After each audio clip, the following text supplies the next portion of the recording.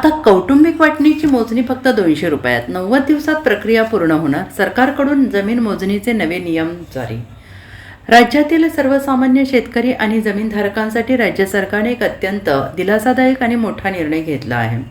जमीन मोजणीच्या प्रक्रियेत होणारा उशीर आणि भ्रष्टाचाराला आळा घालण्यासाठी शासनाने मोजणीचे नवे दर आणि कडक नियम जारी केले आहेत. मुख्यमंत्री देवेंद्र फडणवीस यांच्या सूचनेवरून महसूल मंत्री चंद्रशेखर बावनकुळे यांनी हा निर्णय घेतलेला असून आता कुटुंबात झालेल्या जमिनीच्या वाटणीची मोजणी प्रति पोट हिस्सा अवघ्या 200 रुपयात केली जाणार आहे. या नवीन नियमानुसार नियमित मोजणी 90 दिवसात तर द्रुतगती फास्ट ट्रॅक मोजणी 30 दिवसात पूर्ण करणे भूमी अभिलेख विभागाच्या अधिकाऱ्यांना बंधनकारक करण्यात आलेला आहे.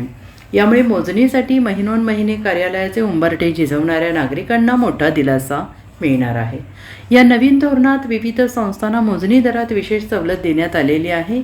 निमशासकीय संस्थांना मोजणी दरामध्ये 50% सवलत दिली जाईल, तर पूर्णतः शासकीय मालकीच्या जमिनींच्या मोजणीसाठी 75% सवलत लागू राहील. या ऐतिहासिक निर्णयामुळे महसूल विभागाच्या कारभारात पारदर्शकता येतील असा विश्वास महसूल मंत्री चंद्रशेखर बावनकुळे यांनी व्यक्त केला आहे.